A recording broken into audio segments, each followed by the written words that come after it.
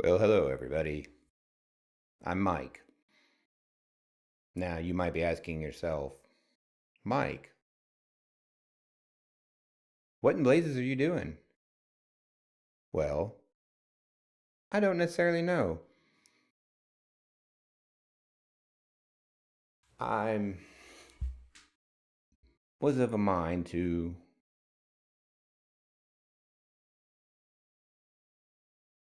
record my thought and views, thinking, that kind of thing,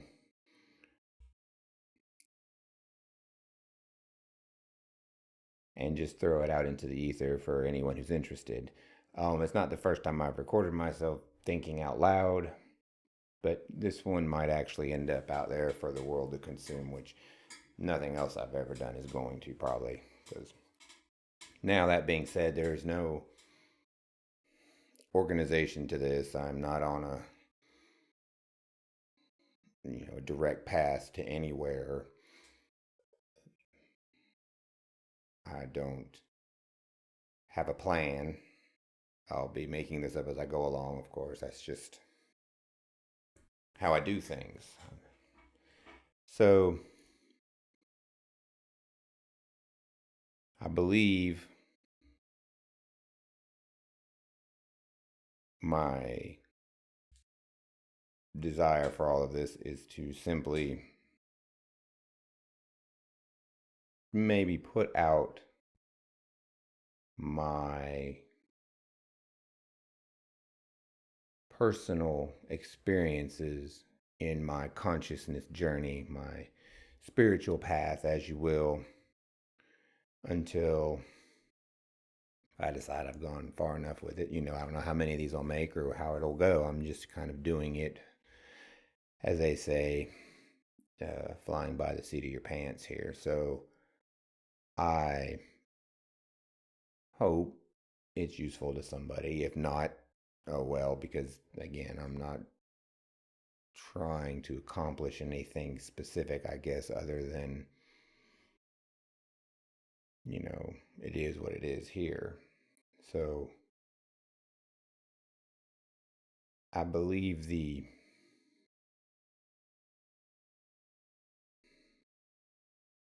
drive, I guess, to actually put something out there is really just going to be, or has been, uh,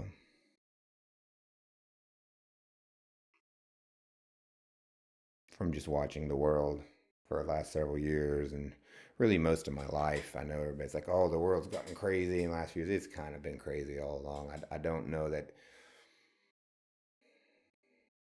it's any different other than now, of course, social media has allowed, for some new avenues of exploitation of the, you know, weaker aspects of our society, right? Um, and I've been in the recording business in my past lives here and got microphones all over the place. I said, hey, you know what? Why not, right?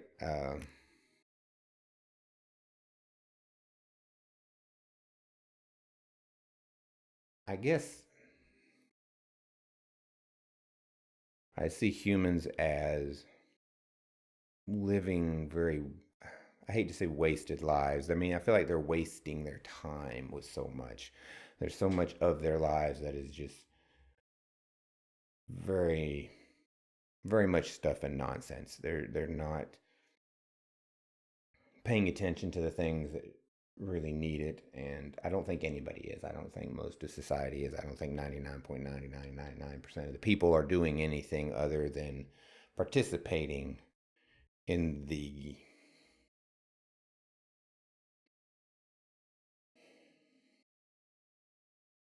societal protocol, right? You think, well, there's people way over here on this side, but then there's people way over here on that side, and you say, well, they're both the same thing. Well, yeah, they're both working the same field, and everybody in the middle is too. That there's not like, there's about 1 million people out there on the internet that want to tell you how they're the ones that are not part of it. And it's like, you know what? No, you really are. I mean, there's a couple of people in the world probably that are, not in, but generally speaking, society doesn't seem to want to advance consciously. People don't have a desire to grow consciously or spiritually, and the religious, the idea of spiritual growth has been so hijacked by the religious world, and I don't think they're ever going to bring true spiritual development around at any global scale. I mean, how long have these religions been, kicking about the planet? And it's not really much better out there than it was 1,000 years ago. It's really the same things over and over and constantly. And I know, like, a lot of people would give you the notion of, well, it's like the pendulum, it swings really this one way, but then there's, everybody pushes back and then it swings the other way. Well, I don't think it really does swing. I think the totality of the societal manipulation is the fact that people are unwilling, no matter which side they think they're on, to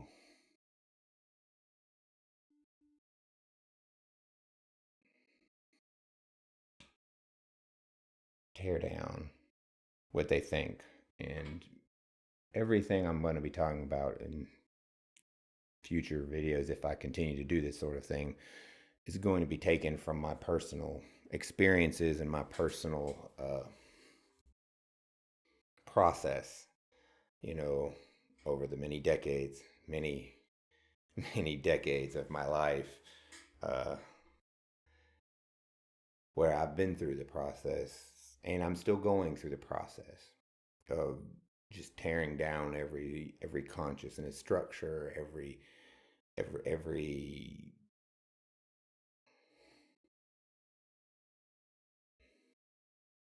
edifice that's been erected in my conscious or subconscious through engagement with society or in interaction with the world and people, from childhood on. And you really born into programming, and the goal, of course, in my opinion, of life is to undo as much of that as possible, right, in the time you have. A spiritual growth is a constant, right? There is no finish line or end point. I think people who believe that, well, I'm going to end up in heaven someday and then that'll be it. All I got to do is make it through life. Look, man, you just got to work your religion, whichever one it happens to be, to the best of your ability, just enough. Make sure you cross that finish line to get into heaven. Well, guess what? I don't think that's how it works. I never have, really. And I have a little bit of a history in the religious world in my younger days.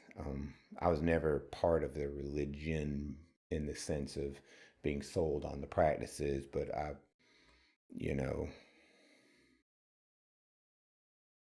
attended church with my mother in my teens and stuff, and was involved to a point, not hugely, because they weren't really interested in me, right? As a group, there were people in there that were, cool people, but I was a heavy metal kid, so you can do the math on that one.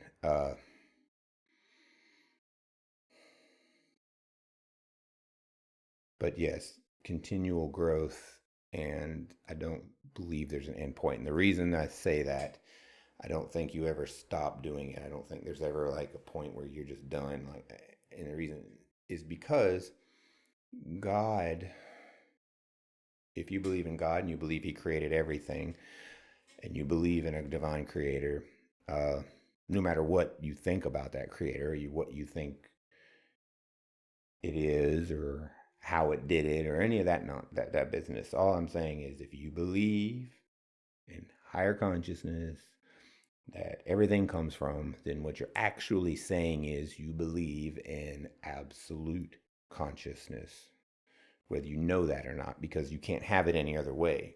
If everything comes into being from a being, then what you're actually saying is there's only one being, and everything is that being, right? You feel very comfortable in the world to say, oh, well, God knows everything. He's omniscient, omnipresent, omnipotent. He's everywhere. He's all powerful. There's no beginning or end, or blah, blah, blah, blah. Well, of course, because it's all absolute. You could not have a God that was anything less than an absolute consciousness, which means there is only really one consciousness, and we are all part of that consciousness, more like facets of a whole, not pieces in the sense that we're broken off, but, you know, just dynamic edges to the singular body of consciousness, right? So that means there can be no end, because an end would be a boundary, and you can't have boundaries if something is absolute in the truest sense of the word, of course. So that's kind of where I'll be going with all of this, I guess, over however long I'm doing something like this. People, humans, whatever beings out there, just what all of consciousness. And I kind of really hate saying a lot of these terms. You'll hear me say consciousness and things like that, or you could say spiritual or whatever you want to say. I tend to kind of move back and forth between them depending on my mood or at the moment, because I don't think there's really need for distinction. I don't think there's any difference. People misuse them endlessly. So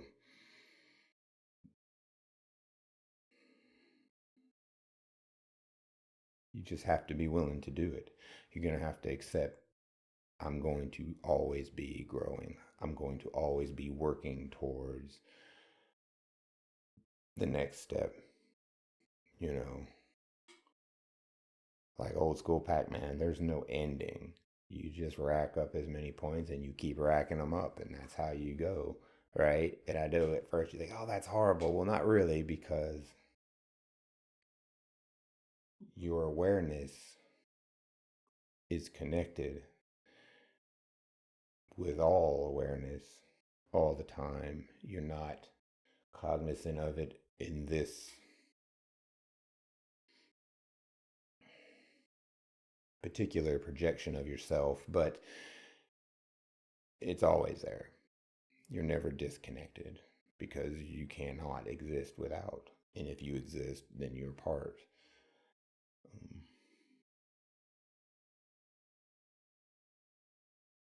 so I'm sure at some point I'll piss off pretty much all of you one way or the other, because I'll end up going after whatever it is you think you believe, because I've spent my life doing that for myself and the world. You tear down one belief, I say that, then I have to turn around and tear down the other side to make sure that's not the right thing. You're constantly going to be after it. And I don't mean like you spend all day every day and you know wailing and travailing or any of this nonsense. I just mean you will always have to be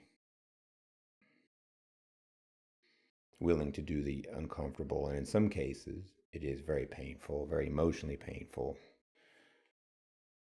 Emotional pain is not something you need to fear. Um, you just need to understand it. That's where fear comes from. That's where pain comes from in the emotional consciousness sense, is lack of understanding. And I'll probably there's a lot more to that. But the point of all that being, of course, is the person out there that you feel you're the most, that seems so far away from you is actually not. The person that you hate is actually you. There's really no separation. The belief of that person is actually a belief of everyone, in a sense. Um, there's no difference. When you hurt somebody else, you hurt yourself, right? It's self-destructive, you know. Um, and all hate, I think, stems from self-hate in some point. And I think a lot of the people in the world, that's why there's so much of it, is because a lot of the people in the world have it and are just really good at covering. Some people are not so good at covering it, but most of you out there actually do have this. You are insecure with yourself, or you dislike yourself in some way, and I think almost all of you have it. Even you who think you are so confident and so proud of yourself. There's so many of you who think, well, but oh, but I've got religion and I know God loves me, and that doesn't mean anything. Okay. God love is the greatest thing. What God love is supposed to be your love, right? Especially if you practice or any other major religion, especially the evangelical world. That's the whole point. You're supposed to, well, I do love everybody, but I don't love, no, unconditional, right? Of course, if you're an atheist, then there's no such thing. If you're an actual atheist, you can't believe in any of it. So you don't believe in love or any of that. There's just transient emotional leanings of your neurological firings, right? Which is of course nonsense, but that's you're kind of stuck with that because you're not allowed to have anything else. Because, well, I don't want to wander too far off. Maybe we'll get into that one sometime too. But the point is, the best way to save the world, the best way to help is through self growth, self work. The introspective mind is the most powerful mind because it is the most self aware, right? In other words, you want to help the world and you need to, or fix the world, maybe fix yourself. That's how it works. It'll always work that way, and there's not really anything else you can do about it. I knew this even as a younger person. I learned this. You can't. I didn't even try to convince people to come around to my way of thinking, and it was at my little more traditional spiritual views back then. I didn't go around trying to convince people of anything because that's not going to get you anywhere. Not in the long run. People will come around on their own to what's necessary, and when the time is right, people would come to me. Uh, I didn't have to do anything. Why? Because I made the effort to live what I believed at that time, right? My beliefs are few and far between now. I know everybody says, "Oh my God, Mark, you don't believe." No, I still. It's not that I don't believe in God or what that means.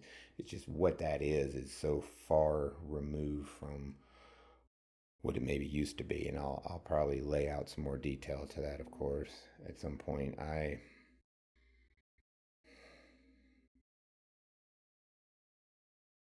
know the way people are doing it isn't working or it hasn't worked. The only thing I think that is going to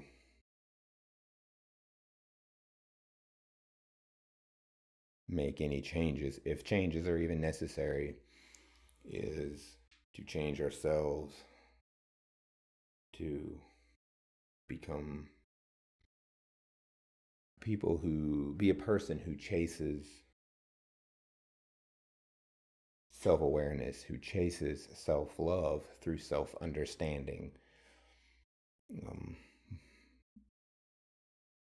I don't personally think most of modern psychology will get anybody there because I don't think that's what that's for. I'm not saying there isn't a place for it either. I'm just saying I don't think that's what it's for or it will ever be able to navigate that for anyone really.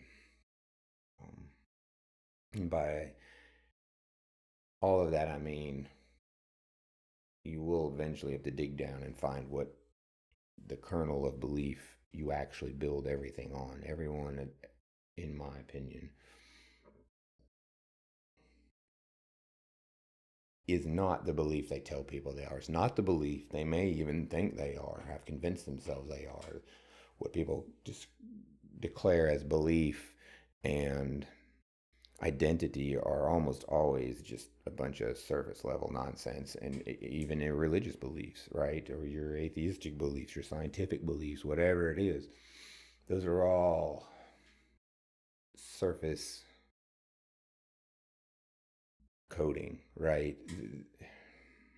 And they're always designed like, why does this person, click so much with this particular aspect of religion or this religion or that religion? Or why does this person seem to really click into this, atheism or whatever it is? Well, they're all working to address the same basic thing, you know, the kernel of belief in the subconscious in the back of the head that nobody pays attention to and most don't even know is there. I don't think anybody does really, or what that is. Now everybody knows about their subconscious, and I've got subconscious beliefs, but I mean like even below that, like beyond the subconscious, like the thing that is like a tiny burr in your soul that would follow you throughout eternity, right?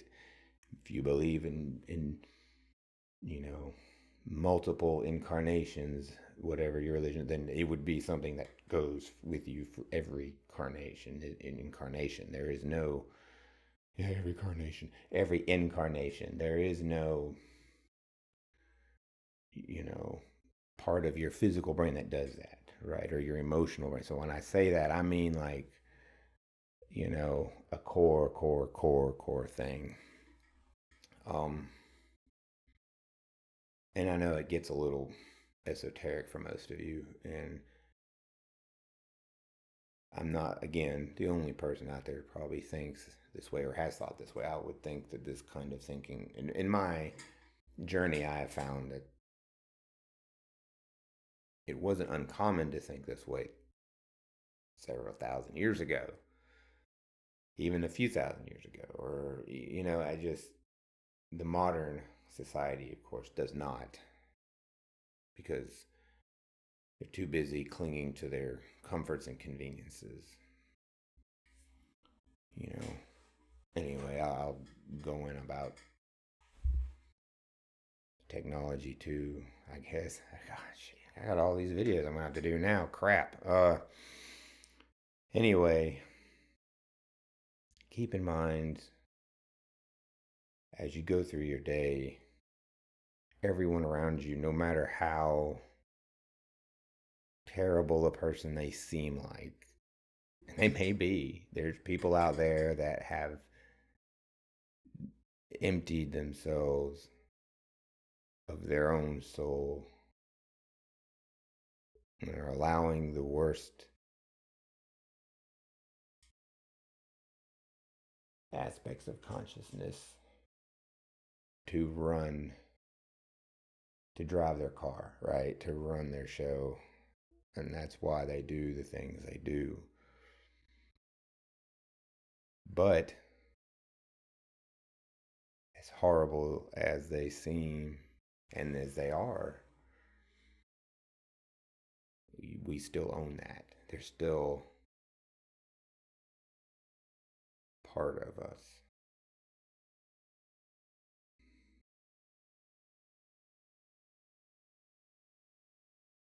So, I just want to try to help everybody maybe understand that notion a little better in a more kind of pragmatic, granular way, maybe, instead of this swoop of a, unimaginable sort of esoteric notion that's just way out there and you see it over there, but it doesn't seem impactful. So we're going to get into it at some point here. Because, like I said, this is something I've gone through and I'm still going through. And there's been points where I had to just destroy myself and everything I thought was the most important thing in the world. Um, and it's scary, and it'll always be scary. Why? Because it will always be unknown until you've gotten there. All fear comes from the unknown. There's no reason to fear what's known. But you got to do it, right? And I guess that's it.